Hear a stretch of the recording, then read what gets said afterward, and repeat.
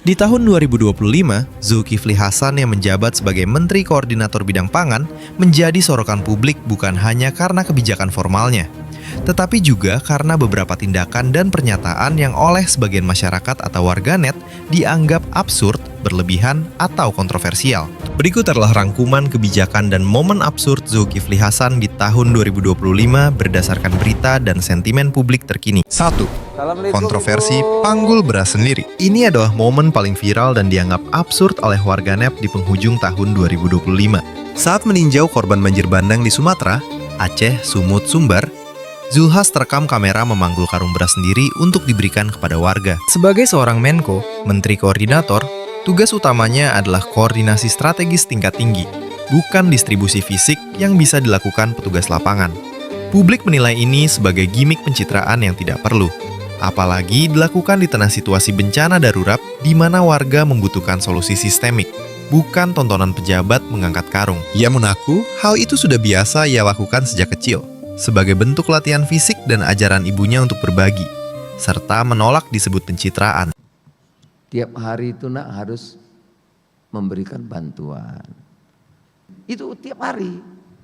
Tapi mungkin buat yang lain aneh, ya nggak apa-apa, saya juga maafkan. 2. Kebijakan stop impor beras di tengah ancaman gagal panen. Zulhas dengan percaya diri menargetkan dan mengumumkan bahwa Indonesia tidak akan impor beras di tahun 2025 karena stok dianggap surplus dan aman. Artinya insya Allah kita tidak akan impor beras sampai tahun depan. Ya, bahasa terangnya kita kalau dikatakan swasembada sudah kita capai. Kebijakan ini dikritik karena dinilai tidak peka terhadap realitas di lapangan. Pada akhir 2025, banjir besar melanda wilayah lumbung pangan di Sumatera yang berpotensi menyebabkan gagal panen dan gangguan distribusi. Pernyataan stok aman dan anti-impor dianggap kontradiktif dengan kondisi bencana yang justru mengancam ketahanan pangan lokal saat itu. 3. Cuci tangan. Soal banjir dan izin hutan. Di atas Tesonelo Riau nggak banjir. Yang banjir itu Sumatera Barat, Sumatera Utara, Aceh, Malaysia, Thailand. Yang salah Zulkifli Hasan. Saya bilang, oh hebat dong saya, nggak apa-apa. Saya tersanjung juga. Jadi tidak ada kaitan Tesonelo dengan bencana. Yang sekarang, nggak tahu nanti. Yang sekarang, Aceh.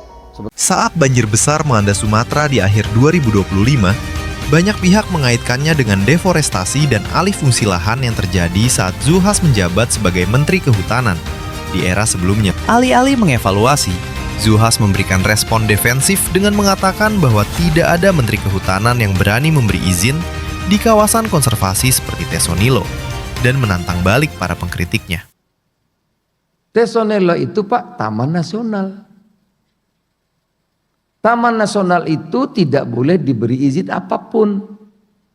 Oleh karena itu Tesonelo itu tidak ada Menteri Kehutanan yang berani memberi izin, nggak ada. Tidak hanya saya. Menteri Kehutanan manapun nggak mungkin berani ngasih izin di Tesonelo. Kalau ngasih izin di Tesonelo maka dia masuk penjara langsung karena pidana. Ia juga berargumen bahwa banjir terjadi di Aceh Sumut, sedangkan Tesonilo ada di Riau, yang menurutnya tidak banjir, seolah menafikan kesatuan ekosistem hutan Sumatera. Respons ini dianggap publik sebagai upaya cuci tangan dari tanggung jawab ekologis masa lalu.